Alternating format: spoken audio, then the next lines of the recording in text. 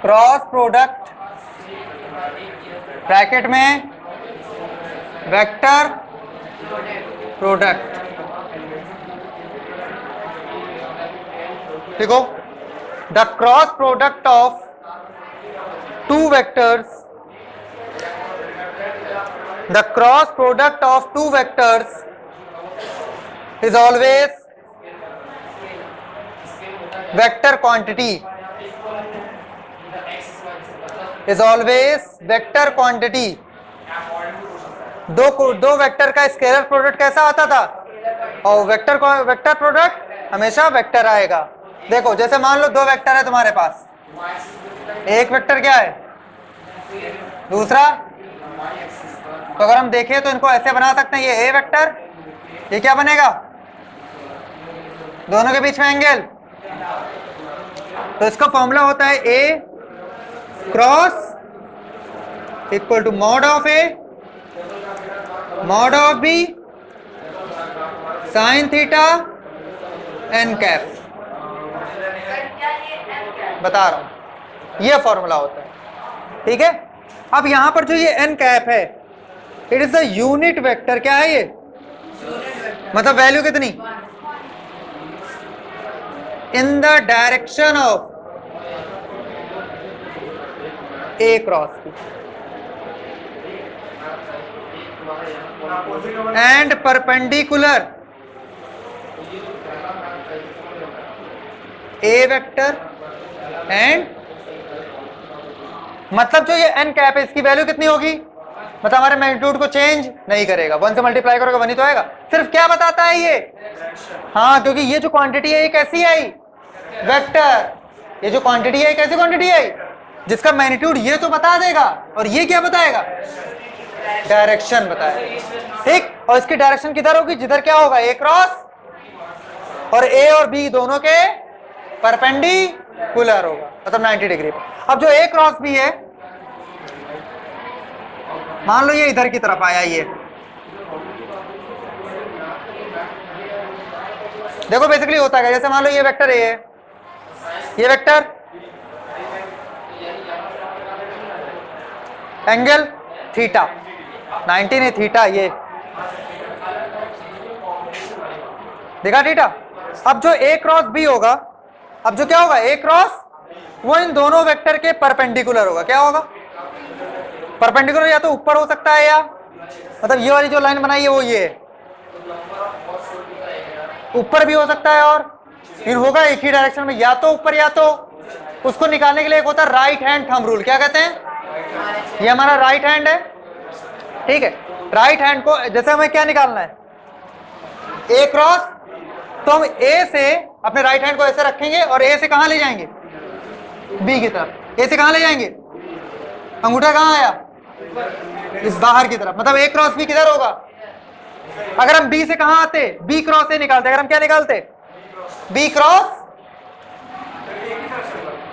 अगर हम क्या निकालते, बी क्रॉस, तो किधर से चलते, बी से, और कहां आते, अंगूठा कहां गया, हाँ, मतलब बी क्रॉस है। जैसे सपोज अगर इस वाले में देखना है, ये ए है और ये, अगर हमें ए क्रॉस बी आना है तो हम ऐसे आएंगे, ये ए और ये ए क्रॉस बी हम ऐसे आएंगे, अंगूठा कहां गया, मतलब ए क्रॉस बी कहां होगा। अगर हमें बी क्रॉस ए निकालना होता तो बी से ए की तरफ अंगूठा कहां जाता, तो बी क्रॉस ए कहां होता, मतलब ए क्रॉस बी ऊपर, बी क्रॉस ए, मतलब एक दूसरे के अपोजिट। अपोजिट का मतलब हम बी क्रॉस ए को क्या माइनस ए क्रॉस बी लिख सकते हैं। डॉट प्रोडक्ट में हमने सेम लिखा था, क्योंकि दोनों के में डायरेक्शन की जरूरत नहीं पड़ती थी। ये क्या था तुम्हारा वेक्टर प्रोडक्ट, ठीक। इक्वेशन कभी भी क्वेश्चन सॉल्व करोगे तो वहां एन कैप मत लिखना, क्योंकि ये क्या बताता है, मैग्नीट्यूड निकालने के लिए इतना बहुत है। आया समझ में। अब देखो आगे, जैसे मान लो तुम्हारे पास एक ए वेक्टर दे दिया गया, a1 आई cap plus b1 plus c1, और एक बी वेक्टर दे दिया गया तुमको a2 plus b2 plus c2। और छोटी छोटी बातें इधर देखो, अगर ऐसे गोला बना लें हम, आई कैप जे कैप आई जे, याद रखना आई क्रॉस जे, इक्वल टू होता है के, जे क्रॉस के आई, के क्रॉस आई, के क्रॉस आई जे। हाँ, अगर तुम उल्टा कर दोगे तो यहाँ साइन बदल जाएगा, इसको इधर कर दोगे तो यहाँ साइन वैल्यू वही रहेगी, क्या बदलेगा? आया समझ में? आगे और आगे देखो, I cross I, J cross J and K cross K. Formula ये होता है, थीटा की वैल्यू 0 होगी तो पूरा, थीटा की वैल्यू 0 होगी तो पूरा क्या हो जाएगा? 0 हो जाएगा। अगर थीटा की वैल्यू 90 होगी तो साइन 91 हो जाएगा। अब देखो आई क्रॉस आई दोनों सेम डायरेक्शन, एंगल 0 होगा, साइन 0 पूरा कितना, ऐसे सब में। आई क्रॉस जे में एंगल 90 डिग्री होगा, साइन 91, आई की वैल्यू 1, जे की वैल्यू भी, बट क्या बचेगी? डायरेक्शन। अब मान लो ये इधर आई कैप है, इधर जे कैप है, उधर आई क्रॉस जे निकालो, मतलब इधर से तो किधर जा रहे हो? ऊपर, मतलब कौन सा? के। तभी क्या लिखा? तो तुम ये याद रखो, गोला बनाओ, आई लिखो, जे लिखो, इन दोनों का ये होगा, इन दोनों का ये होगा, इन दोनों का ये होगा, उल्टा चलोगे तो माइनस में होगा। चल सकते हो, चलने में क्या दिक्कत है, लेकिन तब आगे सब में क्या लग जाएगा? ठीक, आगे देखो, और हमने दो वेक्टर लिए, एक वेक्टर ले लिया a1 i का प्लस b1 j का प्लस c1 दूसरा वेक्टर ले लिया a2 i का प्लस b2 j का प्लस c2 k कैप। ठीक, अब आगे देखो, हमको क्या निकालना है? a क्रॉस, और हमको थीटा पता नहीं है। इसके लिए हमारे पास डिटर्मिनेंट वाला रूल होता है। कौन सा रूल? Determinant rule. देखो इसको करते कैसे, सिंपल है, तुम ऊपर वाली लाइन में लिख लो i j एंड, अब पहले वाला वेक्टर लो और उसमें a1 b1 c1 मतलब सिर्फ कोफिशिएंट, उनको लाइन से लिख दो।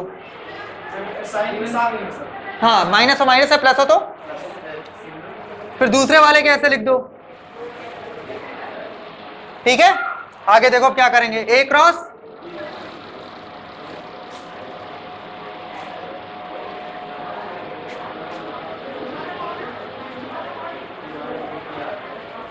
ऐसे बना लिया हमने 3 डिब्बे। तो सुनो, 3 डिब्बे बनाए, पहले के साथ आई लिखा, दूसरे के साथ जे, तीसरे के साथ जे में क्या लगा दिया? माइनस। ठीक, जे में माइनस है, बाकी में प्लस है। आगे देखो, पहले समझ लो फिर क्वेश्चन बाद में पूछना, पहले देखो इधर। अब क्या करना है, जब तुम आई कैप वाला फाइंड कर रहे हो तो आई कैप वाली कॉलम को हाइड कर लो। जब उसको हाइड करते हो तो ये बचता है, लिख दो लाइन से। फिर अब क्या निकाल लो, जे को हाइड करो तो क्या बचेगा? अब के वाले को हाइड करो तो क्या बचेगा?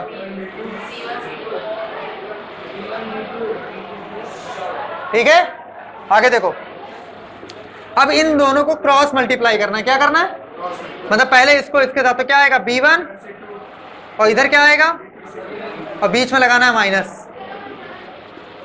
यहां बताओ, हाँ मैट्रिक्स वाला टाइप समझो, डिटर्मिनेंट। अभी डिटर्मिनेंट पढ़ोगे तुम मैथ्स में, परेशान ना हो, ऐसे सॉल्व करोगे। ये जो आंसर है यही क्या है तुम्हारा? हाँ, इसमें आई जे के रहेगा, क्योंकि ये डायरेक्शन होती है इसमें, तो आई जे के क्या बताता है? डायरेक्शन को बताता है। आया समझ में? कोई दिक्कत? नोट करो। देखो होता माइनस हमने क्यों लिया है, क्योंकि जब ए हाइड किया तो पहले हमने जे लिखा, फिर ये लिखा। जब जे हाइड करेंगे, आई को हाइड करेंगे, तो पहले बी वाले में जे वाला लिखा, फिर, और जब इसको हाइड करेंगे, हमें चलना उसी साइड से, तो पहले क्या लिखना चाहिए था? उसके बाद इधर आना चाहिए था, लेकिन हमने पहले इसको लिख दिया और बाद में, इसीलिए क्या लिखा? अगर तुम पहले सी लिखते हो, बाद में क्या लिखते हो? ए, तो यहाँ प्लस ही रखो, तब भी आंसर आएगा, कोई फर्क नहीं। लेकिन ये तरीका है, याद रखो, नोट करो। अच्छा मुझे ये बताओ, दो वेक्टर का क्रॉस प्रोडक्ट, दो वेक्टर का 0 कब होगा? जब वो पैरेलल होंगे। तो किस पैरेलल होने में एंगल 0 बनेगा? कोसाइन 0 0 दो पर 90 बनेगा, साइन 91 होता, वहां कहां 0 आ जाएगा। दो वेक्टर का क्रॉस प्रोडक्ट 0 तभी हो सकता है जब वो, और दो वेक्टर का डॉट प्रोडक्ट 0 तभी हो सकता है जब वो परपेंडी, क्योंकि वहां cos 90 0 होता है। ये एक लाइन याद रखना। और दूसरा हाँ हाँ, इसमें पैरेलल होगा तब 0। हाँ ठीक, समझ में आया, कोई दिक्कत नहीं। अब देखो, जैसे यहां पर निकालने से कुछ फॉर्मूले में बता रहा हूं, जैसे टॉर्क है, ये होता है आर क्रॉस एफ वेक्टर। क्या होता है, इसको बोलते हैं हाँ मूवमेंट ऑफ, या टॉर्क बोल देते हैं सिंपल। ये तुम्हारा डिस्प्लेसमेंट है, क्या है, और एफ, जैसे वर्गडन के लिए बताया था फॉर्मूला, ऐसा ये तो इसके लिए क्या लगाओ, टॉर्कल to R F sine theta.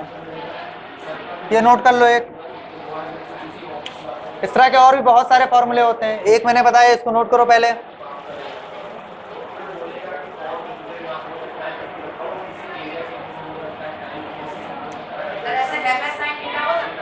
नहीं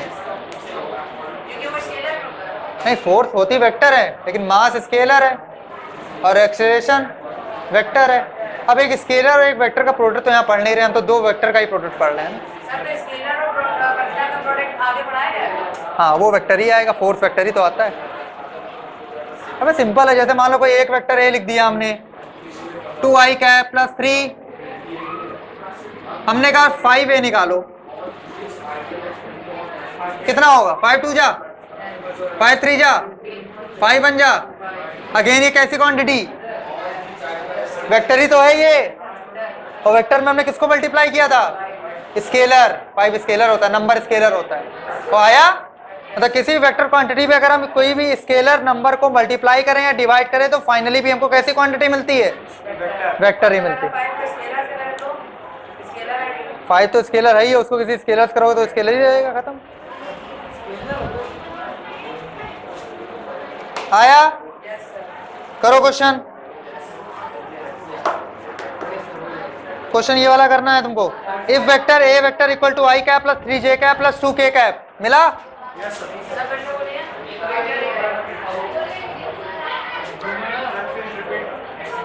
लिख रहा हूं मैं क्वेश्चन, देखो।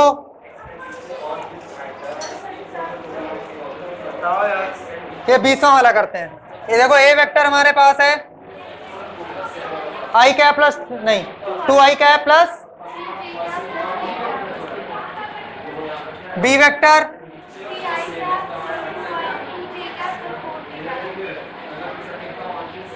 तीन चीजें निकालनी। First part a cross, second b cross, third a plus cross a minus, निकालो।